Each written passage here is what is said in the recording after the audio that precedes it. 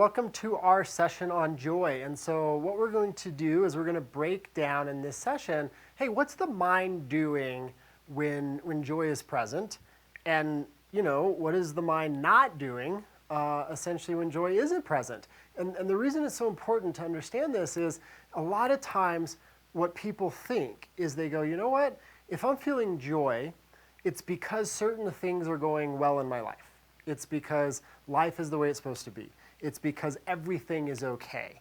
And that's why most people don't experience joy.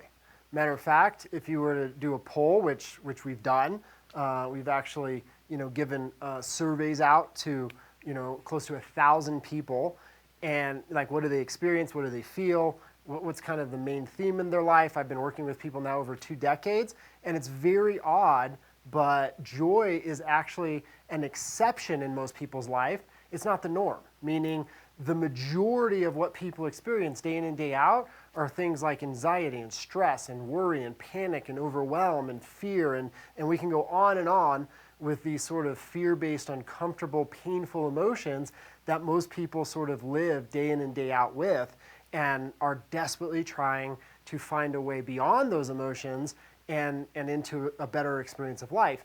And the biggest mistake I see people make when trying to change the emotional experience of their life is they try to change the circumstances of their life, thinking that a change in circumstance is going to change their inner experience or their sense of well-being tied to life. And they try time and time again, and it just simply falls short. And it's because we have a bad assumption going on from the start, from the get-go, from the beginning.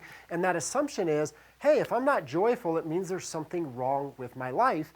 And we're allowing whatever emotion we happen to be experiencing to dictate the quality of our life, or to assess if things are okay or if they're not okay. And so the way we change this game and start playing by completely different rules is we go, hey, the emotion I'm feeling because it got conditioned. We've talked about this in previous sessions. And the thoughts that the mind is thinking is inherently not who I am. Stop identifying with the thoughts. And rather than identify with the thought, start evaluating the thought. And so this is how we change the game. We stopped identifying with the thought, assuming that just because they're occurring in the mind, just because thoughts are there's these different themes of thinking being thought by the mind, that it must be inherently true. We got to stop investing in the mind as though it's real and true. Stop believing the stories told by the mind, and we got to start to, again, measure. We got to start to evaluate the mind and really assess, should this be what the mind is thinking? And as opposed to just allowing the mind to do its thing, we got to start to evaluate, is this the most constructive thing for my mind to be doing, for the mind to be doing, relative to the experience I want to have and the outcomes I want to create? And so if we look at, what do joyful people think? What does the mind of joyful people think? Meaning somebody who is not in that painful experience of life a majority of the time, but a majority of their life, they're experiencing joy 90% of the time. Like, most of the time, they're in a joyful place, right? Life just doesn't seem to be getting to them. What are they doing different than everybody else? And it has to do with the quality of the thoughts. And so if we look at joy as an experience, a joy as an emotion, it's going to drive the mind to think certain things. And so if you pay attention to times when you felt joyful in your life, there are a few key things that the mind is doing. Number one, the mind is typically focused on what's happening right here and now. The mind is focused on what's presently occurring. It's usually not focused on the past, and it's not focused on the future. And if it is focused on the past or the future, if the mind is focused on the past, it's focusing on the perception of things that were good that happened, right? The good things that happened, the things that were enjoyable, the things that we appreciated, right? The quote-unquote good times from the past. And if the mind is focused on the future and we experience joy, it's usually focused on the anticipation of the good things that are to come, the good things that will happen. And so, if the mind does go to the past or the future, it's focused on the perception of good things that have occurred or the good things that are on their way.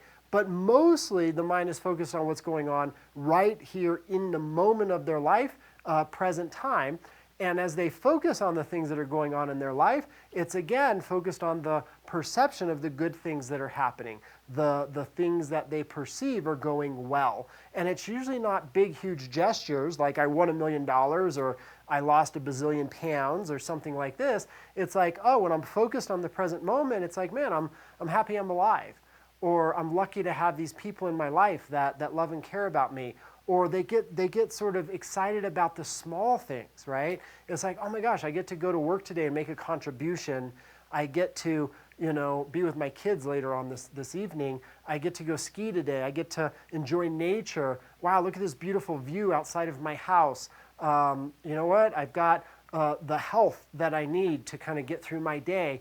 Or, man, I really appreciate that I have this car that takes me everywhere I need to go, and it's just mechanically sound. I don't have to think about it breaking down. It's like joy is the byproduct of focusing on the now, on what's happening in the moment, and on that which is good, that which is going well. And so if we understand that individuals who feel joyful a prominent amount of time, or that is the majority of the experience of their life, they're really doing these key things. They're focusing on what's happening right here and now in their life, kind of short term, like literally today, right? The day we're living right now, and they focus on what's going well. Hey, what's going well is, what's going well is, what's going well is. What has gone well in the past is, what will go well in the future is, and there's this theme in the mind of essentially what's going well. And so if we want to train joy, we've got to train the mind to focus on and affirm that which is going well. And you'll notice that if you feel a lot of joy in your life, you're focused on what's going well.